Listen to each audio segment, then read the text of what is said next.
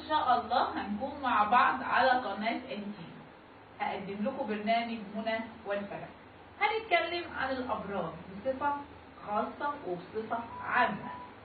مفيش حاجة اسمها برج واحد، كل واحد فينا ليه 3 4 ابراج. يعني ايه؟ زي ما انت اسمك ثلاثي ورباعي، كذلك الابراج ثلاثية ورباعية. لو انتوا 2 توأم انا اقدر افرق ازاي بيكم. مفيش حاجة اسمها 2 زي بعض، مفيش حاجة اسمها برج واحد زي بعض.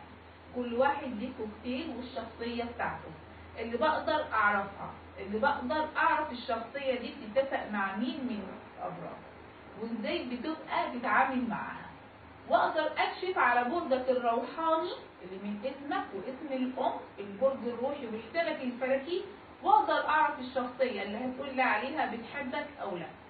كل ده معايا مع منى والفلك على قناة انتيم. في انتظاركم.